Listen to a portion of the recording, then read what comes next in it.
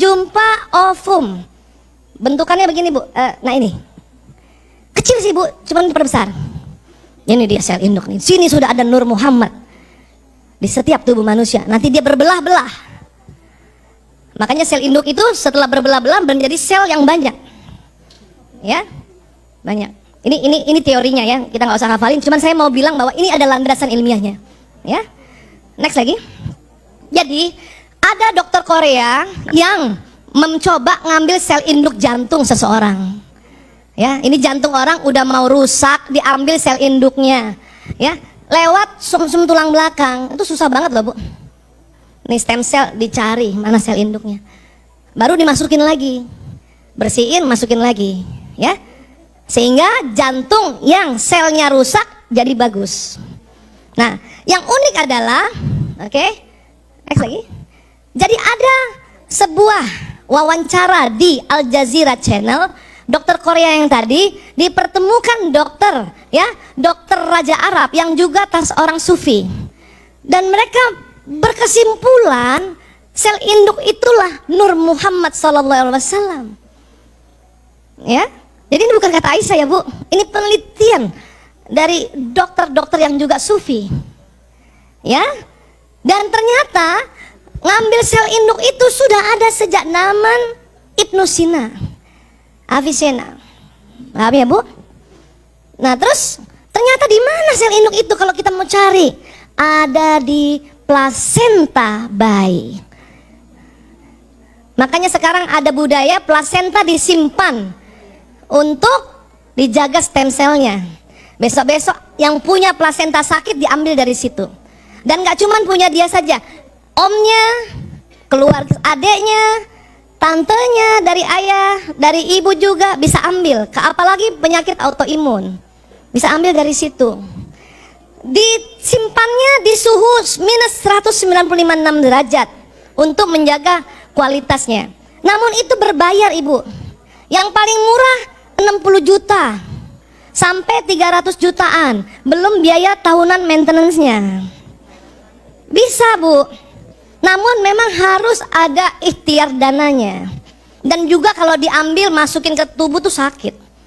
Ya, makanya ibu-ibu zaman dulu plasentanya ditanam karena nggak tahu. Untung ada sedikit tuh pusatnya, tali pusat. Zaman dulu kan ibu-ibu tali pusat disimpan kan Bu. Kalau anaknya demam, direndam air hangat, diminumin anaknya kan. Ternyata itu betul. Kemana Bu tali pusat anaknya ibu? Saya ada alhamdulillah.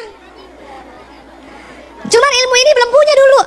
Jadi waktu sakit tetap aja dikasih paracetamol. Ibu saya sudah bilang, rendam itu tali pusatnya anakmu. Ibu saya ada orang Makassar kan, rendam itu tali pusatnya anakmu, kasih minum. Saya nggak paham kenapa sih. Baru sekarang. Pernah dengar gitu Bu? Makanya kita nggak boleh ya menentang omongan-omongan orang tua nenek moyang. Terima dulu, ntar kita teliti. Ya. Nah sekarang ya, mampukah kita membangkitkan Nur Muhammad SAW dengan cara yang benar dan tepat dalam batang tubuh kita? Ada cara lain selain kita simpan apa? Tadi kan sudah sepakat, cahaya kita dari Nur, cahaya yang keluar dari tubuh kita dari Nur Muhammad. Nah sekarang bagaimana menyambungkan cahaya kita dengan Nur Muhammad, cahaya Muhammad, dan sekarang Rasulullah sudah ya telah tiada, tentu ruhnya ya. Next, itulah maka salah satu dari jutaan ya, jutaan yang tersirat dari ayat ya Quran Al-Ahzab 56. Bismillahirrahmanirrahim. Innallaha wa malaikatihi yusholluna 'alan nabi. Terus apa lagi? Ya ayyuhallazina amanu shollu alaihi wasallimu tasliman. Kenapa sih disuruh? Dulu kita patuh karena di Quran kita ikuti terus. Sekarang buah kepatuhan kita itulah diteliti bahwa kalau kita salawat, stem cell di dalam tubuh kita nyala.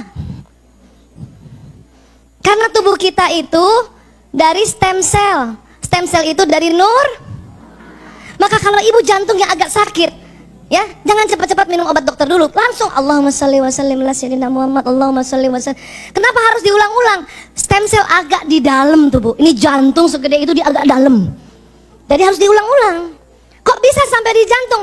Tadi lewat sistem saraf yang membawa salawat kita. Dan harus diulang-ulang supaya apa? Kena stem cellnya. Kalau stem cell kena, Bu, wih, sel yang rusak digantikan. Maka ibu kalau lutut sakit juga ya. Tadi suruh apa kalau supaya kita tidak ngilu-ngilu surutnya? Hah? Allahu Akbar, Subhanallah, Allahumma shalli wa sallim ala sayyidina Muhammad. Ibu bayangin, arahkan ke situ. Allahumma shalli wa sallim ala sayyidina Muhammad. Allahumma shalli wa sallim ala sayyidina Muhammad. Allahumma shalli wa sallim ala sayyidina Muhammad. Ya, Bu. Makanya tadi saya bilang kalau watak ibu lagi anggot-anggotan, baca salawat. Allahumma shalli wa sallim ala sayyidina Muhammad. Allahumma shalli. Itu anak ibu lagi anggot-anggotan. Ibu ya punya anak SMP, kita bulan lalu udah belajar kan? Nggak bisa sembarangan ngomong sama anak SMP kan? Mending ibu belai-belai kepalanya, pas dikena wataknya. Allahumma shalli wa sallim ala sayyidina Muhammad. Allahumma shalli wa sallim ala sayyidina Muhammad. Begitu. Jangan dikit-dikit nasihatin anak lewat mulut. Anak SMP lewat mulut, ya dia reject. Mending kita bacain salawat. Sini sayang, ibu aku sebel banget, sakit kepala ya. Sini ibu pijetin. Begitu juga suami kita. Kalau ibu disuruh minta pijet, dia kesempatan. Allahumma sholli wa sallim ala sayyidina Muhammad. Betul. Ya Allah. Ya Allah. Dan selain dia bekerja di tubuh kita, ibu, ya, cahaya kita karena dari Nur Muhammad, cahaya kita kan berpendar kan?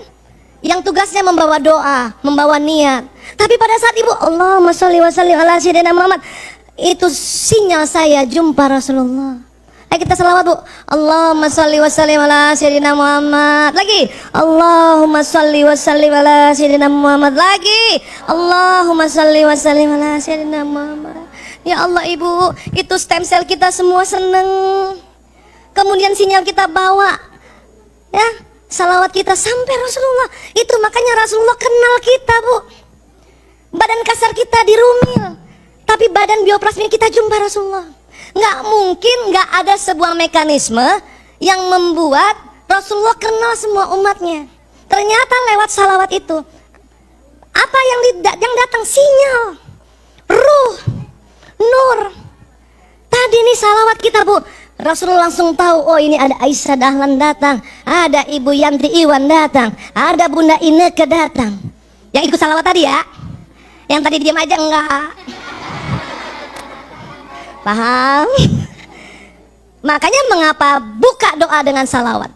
Supaya apa? Sinyal kita sampai lapisan langit ketujuh. Karena disepakati oleh ulama, ruh Nabi, ruh Rasul, ruh orang beriman disimpan Allah pada saat alam barzah ini di lapisan langit ketujuh.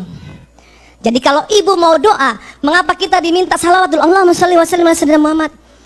Ya, Al-Fatihah ila ruh, gitu ya, kepada Rasulullah, agar sinyal kita dibuka dulu oleh Allah sampai langit ketujuh, Bu. Panjang nggak, Bu? Orang 4G aja panjang, apalagi sampai langit ketujuh. Ibu punya anak dimanapun di belahan bumi ini, kalau ibu sudah buka doa dengan salawat, sampai sinyal ibu tempat itu. Kalau buatan manusia 4G, kita 40G 40, Bu. Paham ya, Bu? Keren kan? Maka dengan salawat itu saja kita sudah dapat syafaat di dunia, dibantu oleh Allah lewat perantara nabinya untuk kita memanjangkan sinyal kita. Untuk apa sih? Emang di dunia untuk apa, Bu? Saling memberi pesan. Nah, kenapa ibu pegang terus itu gadget?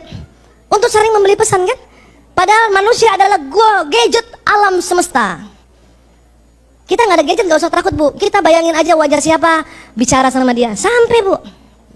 Tergantung dia lagi tidur apa enggak. Tapi kalau ibu doain anak atau doain suami, ibu dialog sama suami, ya Allah, sampaikan salam rinduku untuk suamiku. Sebut namanya, Bu. Priyanto bin Sismadi bin Partro di Mulyo. Oh, harus panjang. Kalau Priyanto aja ada 1000 Priyanto di dunia ini. Nanti dapat semua kan? Nah, itu, Bu, saat itu juga suami kita kalau dalam keadaan rileks, ada kuncinya ya, keadaan rileks, dia terima. Kalau dia keadaan tegang, kadang nggak terima. Dia rileks.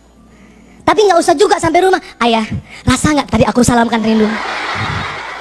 Nggak usah juga begitu. Ngapain sih cek and recheck, kepo banget. Kemudian ya, makanya banyak sekali hadis-hadis Rasulullah meminta kita bersalawat. Ya, salah satunya barang siapa membaca salawat untukku pada waktu subuh sebanyak 10 kali dan pada waktu sore sebanyak 10 kali, maka ia akan memperoleh syafaatku pada hari kiamat. Gak mungkin ada mekanisme yang tidak menghubungkan kita dengan Nabi saat ini. Apa itu? Badan bioplasmik kita, sinyal kita. Ya Allah. Bahkan salah satu hadis Rasulullah ya mengatakan, kalau ada hambaku bersalawat, ruhku kembali lagi ke jasadku dan menjawabnya. Makanya kalau kita lagi di Raudah, Bu, itu dekat sekali sama Rabbi, baik jasad dan ruhnya. Mau ke sana, Bu? Yuk. Insyaallah ya, luar biasa ya.